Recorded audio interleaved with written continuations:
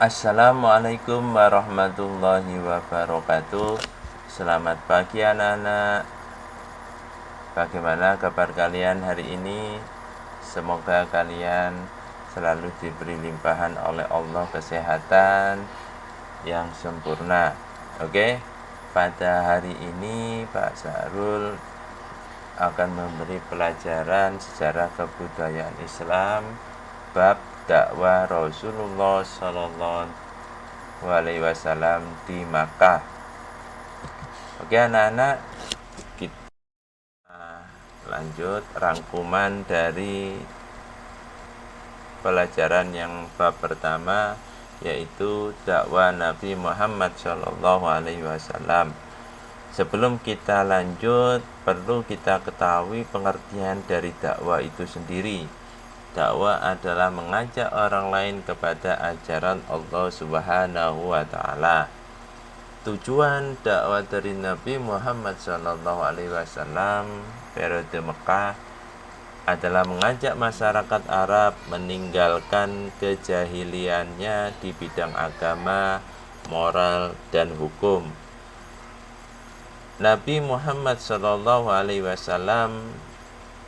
pada saat berusia 35 tahun, kota Mekah mengalami musibah banjir besar, sehingga bangunan Ka'bah mengalami kerusakan yang sangat berat. Di kota Mekah pada saat itu terdapat 4 kabilah besar. Mereka bahu-membahu untuk memperbaiki Ka'bah, hingga giliran menaruh batu Hajar Aswad, mereka keempat kabilah berselisih paham dan berebut untuk menjadi yang menaruh batu Hajar Aswad kepada posisi semula, hingga akhirnya terjadilah musyawarah yang menentukan siapa yang berhak untuk meletakkan batu Hajar Aswad tersebut. Akhirnya terjadi sebuah kesepakatan siapa orang yang pertama kali datang di pagi hari beribadat di Ka'bah, maka orang tersebutlah yang berhak untuk menaruh batu Hajar Aswad tersebut. Dan ternyata beliaulah Nabi Muhammad Shallallahu Alaihi Wasallam yang datang pertama kali untuk beribadah di Ka'bah. Dan karena kebijaksanaan beliau yang luar biasa, maka akhirnya pemimpin dari keempat kabilah tersebut diajak untuk bersama-sama memegang surban di setiap ujungnya untuk membawa batu Hajar Aswad mendekat ke arah posisi semula. Ketika sudah mendekat, maka beliau Nabi Muhammad SAW lah yang menaruh batu Hajar Aswad tersebut di posisi yang semestinya. Atas peristiwa tersebut, Nabi Muhammad SAW mendapatkan gelar Al-Amin, yang artinya yang dapat dipercaya. Nabi Muhammad SAW diangkat oleh Allah Subhanahu wa taala sebagai nabi dan rasul terakhir setelah mendapatkan wahyu Quran surat Al-Alaq 1 sampai dengan 5 yang dibawa oleh malaikat Jibril alaihissalam pada 17 Ramadan, ketika Nabi Muhammad SAW bertahanus di Gua Hira dalam usia 40 tahun. Tahanus adalah menyendiri untuk berenung dan berdoa kepada Allah Subhanahu wa taala. Materi dakwah Nabi Muhammad SAW di Makkah yang pertama, ajakan untuk mengesahkan Allah Subhanahu wa taala dalam artian akidah atau tauhid Yang kedua, ajakan percaya pada hari kiamat atau kehidupan sesudah kematian. Yang ketiga, ajakan menghormati hak manusia.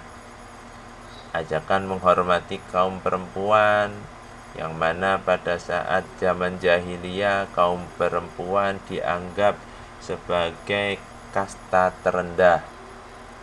Ajakan membebaskan perbudakan manusia, yang mana pada saat itu ketika kalah perang, maka orang yang kalah perang tersebut dijadikan budak dan bisa diperjualbelikan.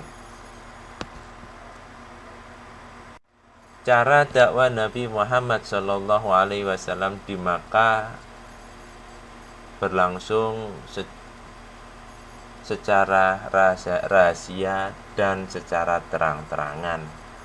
Kita membahas secara rahasia, yaitu dakwah yang dilakukan oleh Nabi Muhammad SAW secara sembunyi-sembunyi dan berdasarkan perintah Allah dalam surat Asy-Syu'ara ayat 214 sampai 216. Tujuan dakwah secara sembunyi ini kepada keluarga dekat dan beberapa penduduk Makkah yang bersimpati. Dakwah secara sembunyi-sembunyi ini berlangsung selama 3 sampai 4 tahun lamanya. Dan alhamdulillah pada saat dakwah secara rahasia ini ada yang masuk Islam, yaitu Khadijah binti Khuwailid, istri dari Nabi, Ali bin Abi Thalib, Abu Bakar As-Siddiq, Utsman bin Affan, Zubair bin Awam, Abdurrahman bin Auf, Sa'ad bin Abi Waqqas, Talha bin Ubaidillah, Abu Ubaidah bin Jarrah, Arqam bin Abil Arqam, Ummu Aiman, Zaid bin Harisah. Orang-orang tersebut adalah orang dewasa yang pertama kali masuk agama Islam, atau yang dikenal dengan sebutan As-Sabiqunal Awwalun. Orang-orang yang terdapat di dalam As-Sabiqunal Awwalun dijamin oleh Allah Subhanahu wa Ta'ala masuk surga. Dakwah Nabi secara sembunyi-sembunyi ini berada di sebuah rumah sahabat yang bernama Arqam bin Abil Arqam. 2. Dakwah dengan cara terang-terangan berdasarkan perintah Allah Subhanahu wa Ta'ala dalam surat Al-Hijr ayat 94. Dakwah terang-terangan dimulai dari tahun keempat kenabian. Dakwah secara terang-terangan ada 2 tahap, yaitu yang pertama mengundang kaum kerabat keturunan dari Bani Hashim, yaitu dari kabilah atau dari baninya Nabi Muhammad SAW sendiri. Yang kedua, Rasulullah SAW mengumpulkan para penduduk Mekah di Bukit Sofa untuk menerangkan bahwasanya Tuhan yang wajib disembah adalah satu, yaitu Allah Subhanahu wa Ta'ala. Dalam dakwah secara terang-terangan ini membuahkan hasil dengan Islamnya Hamzah bin Abdul Muthalib, paman dari Nabi Muhammad SAW, Umar bin Khattab, Abu Dar al-Ghifari, Tufail bin Amr ad-Dawsi, sekelompok orang dari Yasrib, yaitu Madinah, nama lainnya, dalam 3 gelombang.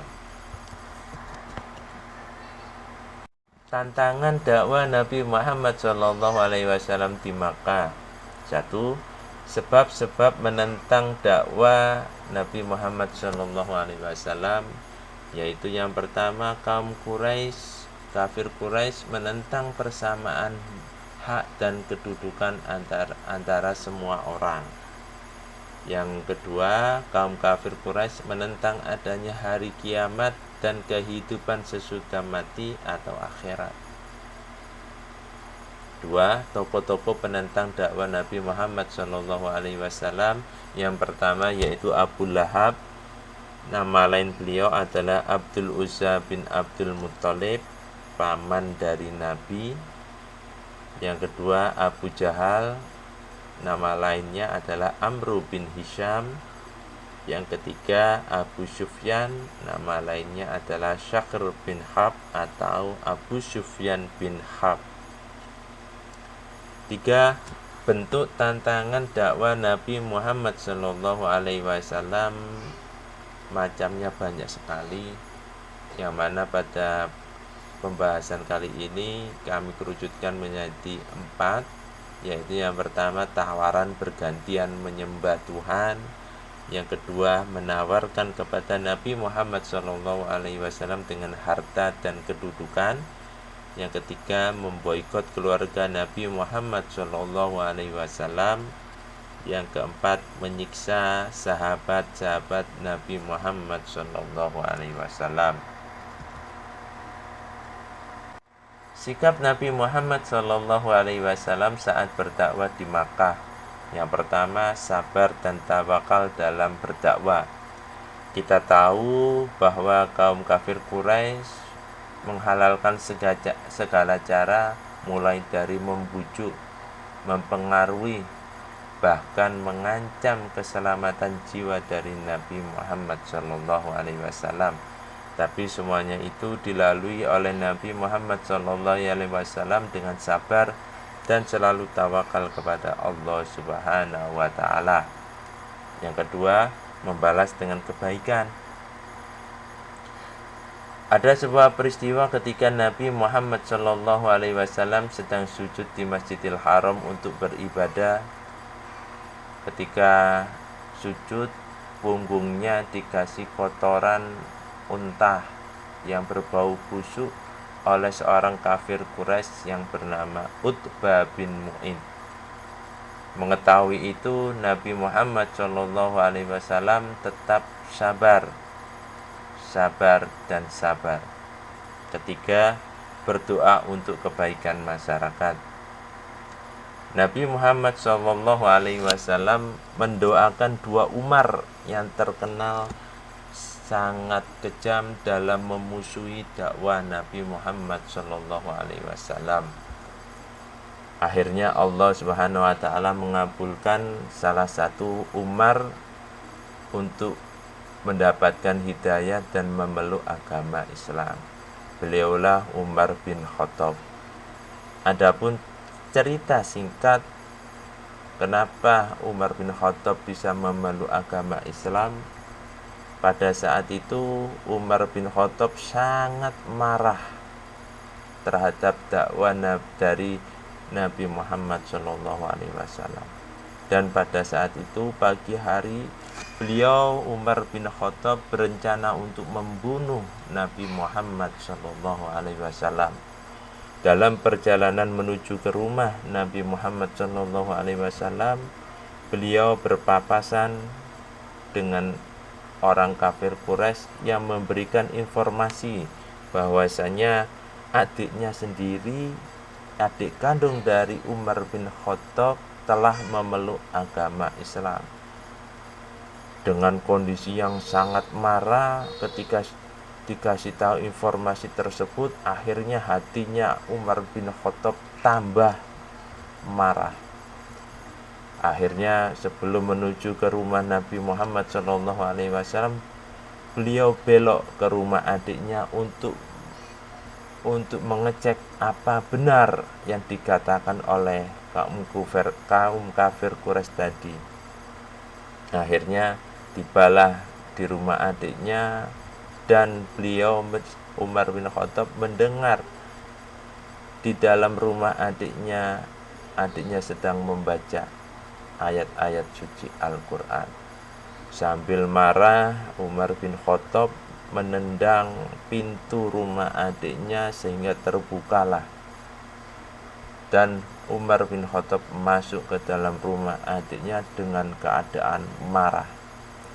Adiknya Fatimah bin Khattab bersama suaminya di dalam rumah terkaget-kaget mereka berdua bertawakal kepada Allah atas nasib yang bakal mereka hadapi. Karena adik Umar bin Khattab meminta supaya diulang kembali apa yang dibaca oleh adiknya Fatimah binti Khattab tadi. Dengan perasaan yang ikhlas, adiknya Fatimah binti Khattab membaca ayat-ayat suci Al-Quran, mengulangi kembali. Pada saat itulah hidayah Allah Subhanahu wa ta'ala turun kepada Umar bin Khattab, sehingga pedang yang digenggam untuk membunuh Nabi Muhammad SAW terjatuh. Dan seketika itu pula Umar bin Khattab meminta adiknya untuk mengantarkan Umar kepada Nabi Muhammad SAW untuk berikrar, menyatakan syahadat, menyatakan masuk ke dalam ajaran agama Islam. Itulah tadi sekelumit cerita bagaimana sikap Nabi Muhammad SAW mendoakan untuk kebaikan masyarakat. Demikian tadi rangkuman pelajaran dakwah Nabi Muhammad SAW di kota Mekah. Harapan dari Pak Sarul, kalian semua diberi kefahaman oleh Allah Subhanahu wa ta'ala dan diberi kemudahan dalam mengerjakan tugas-tugas yang nanti akan disampaikan oleh Pak Sahrul pada kesempatan yang lain. Demikian dari saya, tetap belajar di rumah, tetap perbaiki sholat, tetap membaca sholawat kepada Nabi Muhammad SAW. Assalamualaikum warahmatullahi wabarakatuh.